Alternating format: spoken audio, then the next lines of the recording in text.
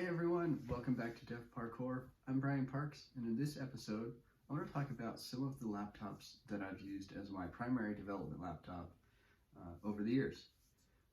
We'll talk both Windows and Mac, and I'll show some super old laptops, and I'll actually tell you the reason that I still have them around. And then we'll get into my current development machines. So let's start at the very the less recent end of my development laptop. So this is an IBM ThinkPad. This is one of the last IBM branded ThinkPads before IBM sold their consumer PC division over to Lenovo. I got this because at the time it was, in my opinion, the best laptop out there. I wasn't really thrilled with what Compaq and HP were doing.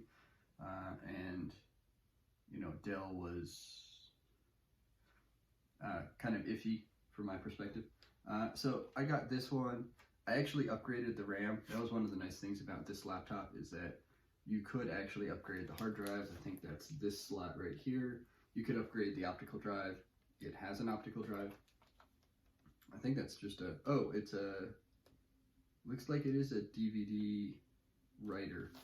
And then I believe this panel right here allows you to replace the RAM.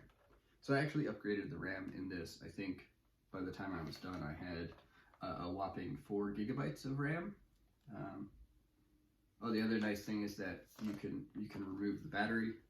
I sprung for the extended life battery, which means that it sticks out the back a little bit. That's totally fine, because for what I was doing, development, I wanted a little bit of extra battery life. I got this in high school, but I took it to college, and I used it in class, so I didn't necessarily have a way to plug it in. So I wanted the battery to last me through an entire college class. Over the years, I ran. Obviously, it came with Windows, but over the years, I ran Windows XP. I ran Linux. I think right now it's running Windows 7.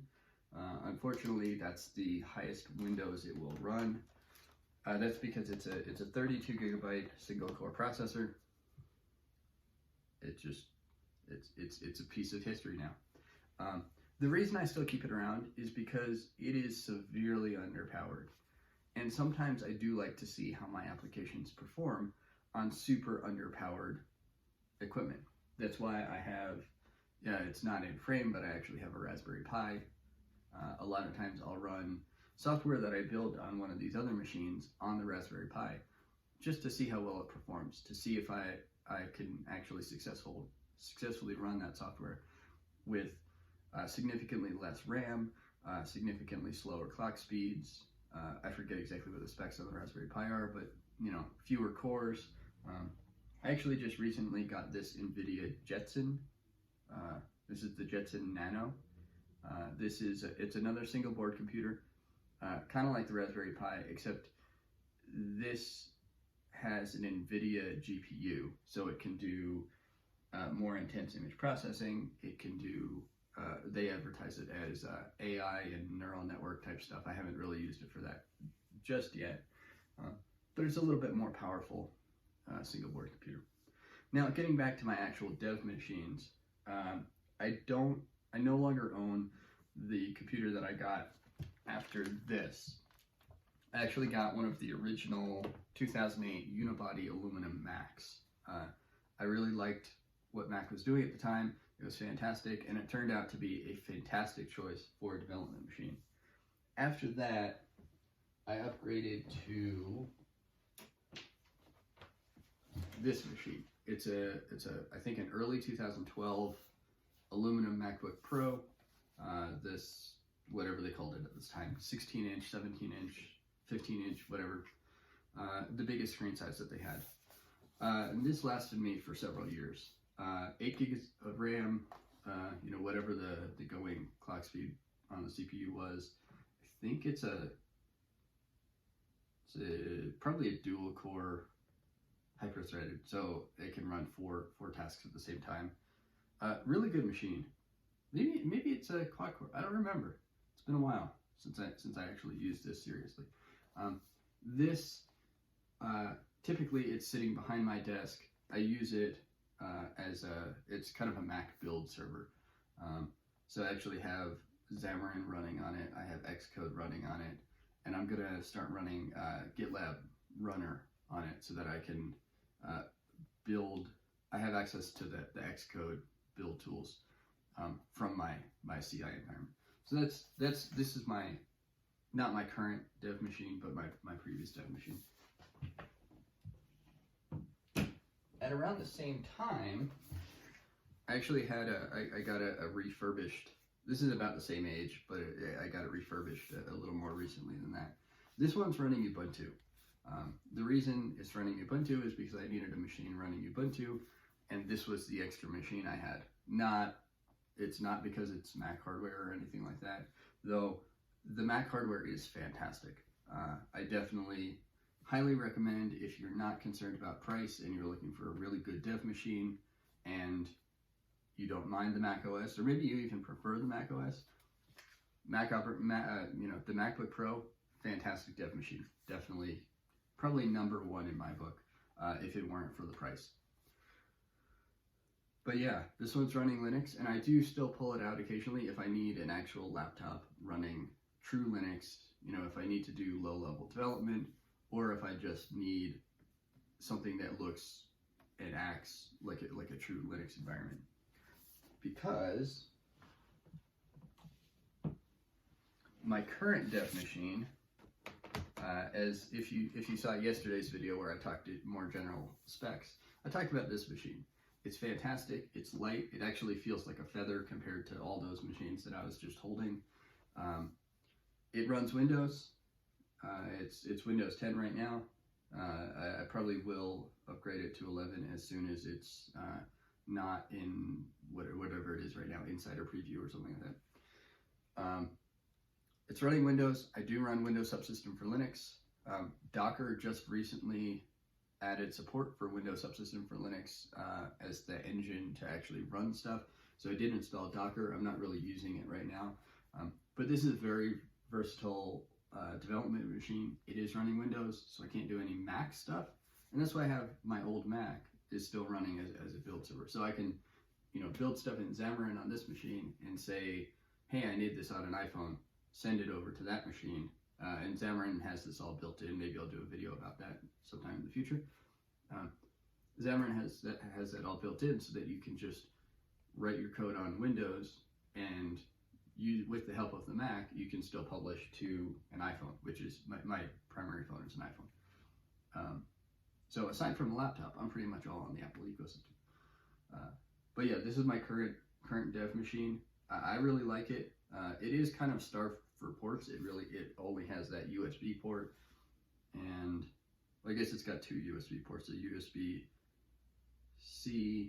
and I think that's a USB 3 Type A port, and then obviously the headphone jack, and then this is the Surface power connector and docking connector. Now, there are a few other machines that I have in my collection. Let's start with this one. This one I actually got while I was working at a previous job, and I have since bought out the assets and the equipment from that company. So this was the development machine that I used at that company. It's a photo booth company.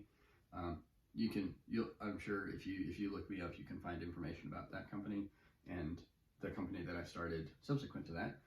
The reason I got the Surface, this is the Surface Pro, not the Surface laptop that I was just holding up, but this is the Surface Pro. The reason I got this as opposed to another machine is because of the touchscreen. Building touch kiosks, it really helps if you have a touchscreen on your dev machine. Other than that, it's actually a pretty decent machine. I think it's got 8 gigs of RAM. It's a i5 or i7, so a pretty powerful processor. It's got cameras. Like I said, it's got decent RAM. It's an okay screen size. I wish the screen were bigger because I do like taking my laptops out to work on the porch. and with a smaller screen size, I find myself hunched over a lot, and that's no fun. The other thing is with the Surface Pros, it doesn't stay on its own, so it's kind of irritating. The kickstand is okay, but it's really hard to use it as a laptop, because in order for it to sit far enough away that you're not hunched over, the kickstand is off your knees. I know you can't see this on the video, but that's one of the things that I don't like about the Surface Pro. Other than that, fantastic machine. I really like the kind of the tablet mode. So you've got the pen and you can draw on the screen. That's pretty cool. I used it that way a few times. But as of right now, it's pretty much just a spare machine that I can use kind of as an alternative to in the photo booth. I've got the Raspberry Pi running, but a lot of photo booths that people out in the world are running use a Surface or a Surface Pro to drive them. So it's a great platform for that, and that's why I keep it around. And finally, we'll talk about my current work machine.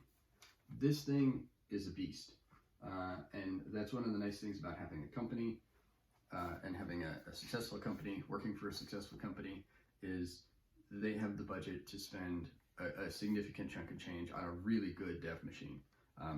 I absolutely have no complaints about this machine. I think it's probably the best machine I've ever owned, and it kind of makes me jealous. It kind of makes me think, why didn't I spring for a little bit nicer machine when I replaced my dev machine to get the Surface Laptop 3 a year and a half ago. This has 16 gigs of RAM, pretty fast processor. I forget exactly what it is. This has, I believe, a 0.5 terabyte hard drive, and it's the bigger of the MacBook Pro models. This does not have the M1 chip in it. This still has an Intel chip in it, which I actually don't mind, because pretty much everybody else in the company has the Intel chip.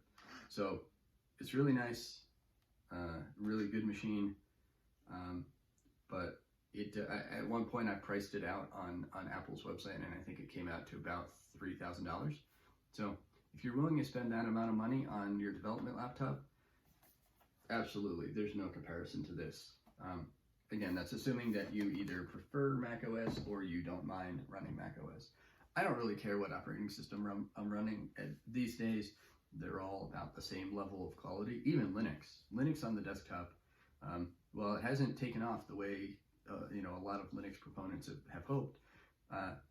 Linux on the desktop really is absolutely fantastic. Even on this machine, this is running, I think, the latest version of Ubuntu. It feels native to the machine. It probably helps that this is an older machine, but I can open the lid, and of course, now that I'm on camera, oh, there it goes. Yeah, it pops right up, and you can see the Apple is illuminated. And if I close the lid, let's see if I can do this so you can see it. If I close the lid, the Apple will, again, because of my camera, it's not going to do that. But usually, I might have to log in. Let's see. Let's see if I can do this real quick. If I log in, I noticed this yesterday when I closed the lid. I wasn't intending this, but you close the lid. Yeah, there you go, and it goes right to sleep. It almost feels like that version of Linux was made for that machine. It's a really seamless experience. So if you like Linux, you can find an option to run Linux on the desktop on your main dev machine. If you like macOS, obviously there are plenty of choices there. If you like Windows, sky's the limit. Every manufacturer that's been producing Windows machines still does. HP has some great machines. Lenovo has some great machines. Dell, Dell's great for volume. Dell's great for, all the stuff that they provide to enterprises. For a personal machine, I think I'd probably go, with either the Surface line direct from Microsoft or an HP, Lenovo, something like that. If you are looking for Linux, there is a company actually just up the street here in Denver. called System 76. They build, I think they source computers from other manufacturers, and they install their version of Linux on it, and it's designed to work with the computer. I haven't actually used a System 76 machine, but I've heard from other people that they have, and they work really well. So that's something to check out. Now with that, this video is getting kind of long, so I'm gonna shut up for now. I hope you enjoyed this. If you have any questions about any of the machines that I run, go ahead and leave a comment down below. If you have a machine that you've been using for any length of time and you really like it, go ahead and leave that down in the comments as well, just as recommendations for other people who might come across this. If you enjoy the channel, please go ahead and hit that like button, subscribe, click the notification bell so you'll get notified when I post a new video. And please don't hesitate to suggest other topics, other things you want to know about in the world of software development. I really enjoy doing this, and I really enjoy hearing feedback from all of you. So with that, I'll sign off, and I'll see you all tomorrow.